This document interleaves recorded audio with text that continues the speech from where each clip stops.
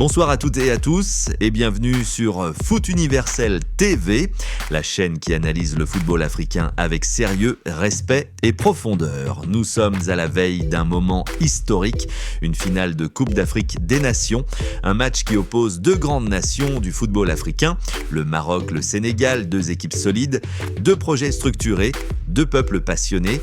Mais à quelques heures de cette finale de la 35e édition de la CAN, une déclaration a retenu toute l'attention.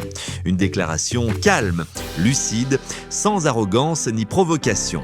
Celle du sélectionneur du Sénégal, Pape Thiaw.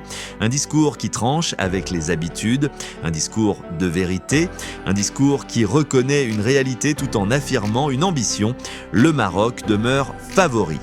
Pourquoi ce choix de mots ? Que signifie réellement ce statut de favori ? Et surtout, que cache cette déclaration derrière son apparente modestie ? C'est ce que nous allons analyser ensemble ici sur Foot Universel TV.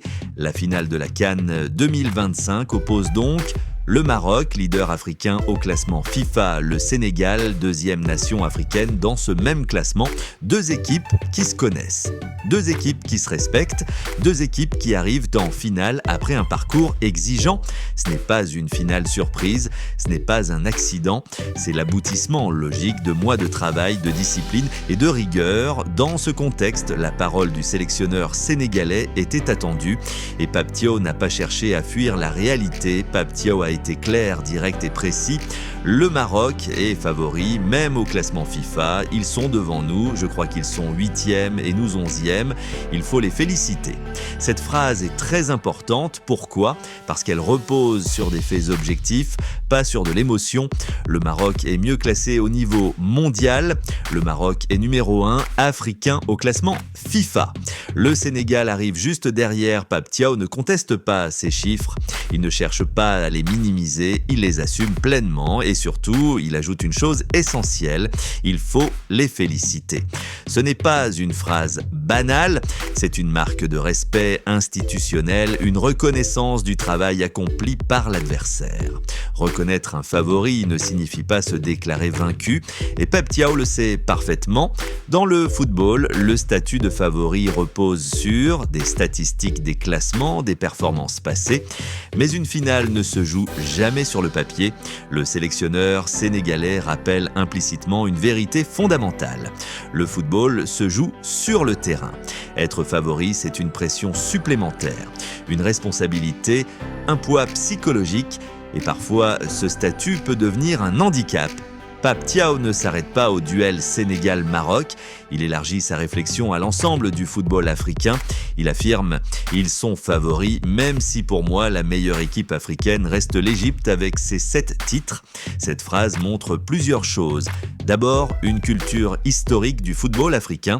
Ensuite, une capacité à distinguer la performance actuelle. Le palmarès historique pour Pape Thiaw.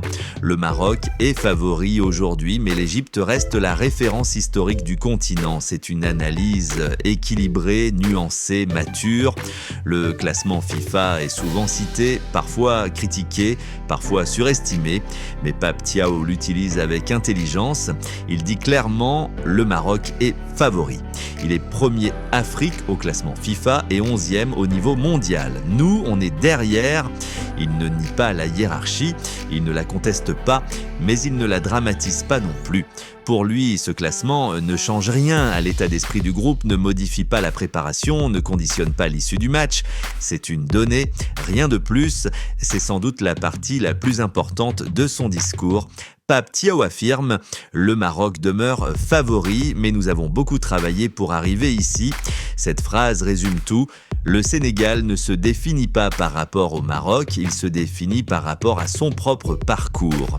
Le travail accompli, la progression du groupe, la préparation mentale, la cohésion. Rien n'a été laissé au hasard et il ajoute « C'est une finale de rêve pour tout le monde et nous sommes bien préparés pour ce match ». Une finale de rêve, pas un cauchemar, pas une pression négative.